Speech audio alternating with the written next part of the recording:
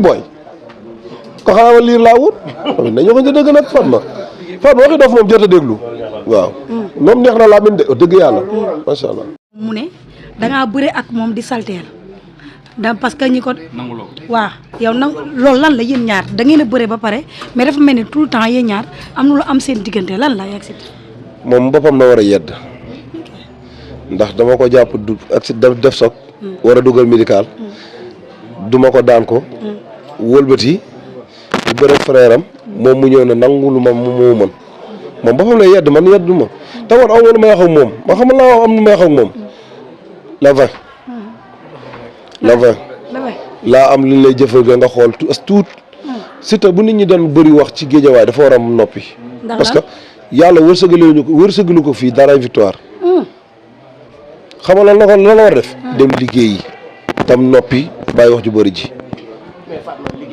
si waaw ba pare bu ñëw daan na xam nga la moom solo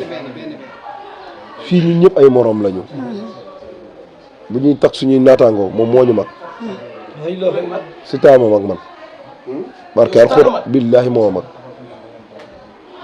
Siteu ñaata combat mi ngi koy tegale ci ay defet ay waa jël yàlla jur jàmm te mooy daanu mooy toog plateau waxuma de bugguma na di xuus ci li ma war a xuus ay bilaay ma xet yaa waaye da ngaa war a xoolaat sa bopp nga wàññi wax ji nga jéem a jëf mais déggoo lu wax combat day jëf du doole waaw daanu ñu ko kay làmb da dëgg waaw mais du mais vol lay jël moom dëgg yàlla xel Dakar koy du ko jël non moom koy États-Unis bi la jël moom dëgg yàlla nag est-ce que nekkul tamit Siteu góor dem fulla li mu taxaw nag affronté sa grand kaama la benn affaire góor dem fulla dem fayda mënuñu laa fay àdduna ak lu ci biir Sénégal ñëpp taxaw bu wax jotee yaa dàq wax ci àdduna mais bu jëf jotee yaa dàq daw ci àdduna mais combat bi combat jëf la combat yi pass yëpp combat jëf la war a doon combat jëf la war a doon taxawal nga bëri am sa fulla ak sa fayda la yàlla may nga jël foofu la làmb toll waaye daw di taxawaalu tibi saako yi taxaw amul benn sens sa bopp waaw 10 minutes mais 10 minutes ah CNG bi changé na de règlement yi baax na mais ça noo déggee communication Siteu non y a rien man dama koy yedd rek man aw ma moom benn affaire ndax man moo dëgg yàlla ba ma la noggatoo laa ci pare waaw xanaa kay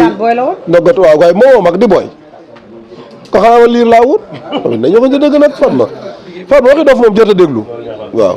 moom neex na laa min de dëgg yàlla macha allah wala ko sànni dal la boobu bokkuñu de Balla Gaye dem na fa ñibbisi da koy jàppale ne ko kaay nga xool géew bi mais nee na état physique bi mu gis doy ko waaw moom sa li mu yor doyuñu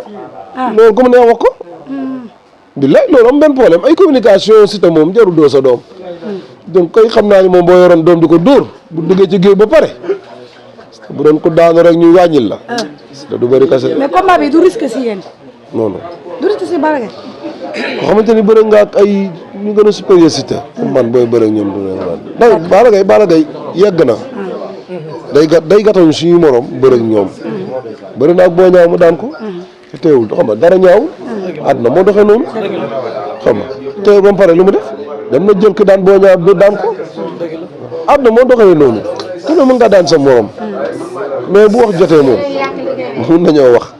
mais damaa bëgg rek mbër bu ci nekk booy wax nga jëfe ko waaw Siteu li muy wax moom dëgg yàlla bëri na mais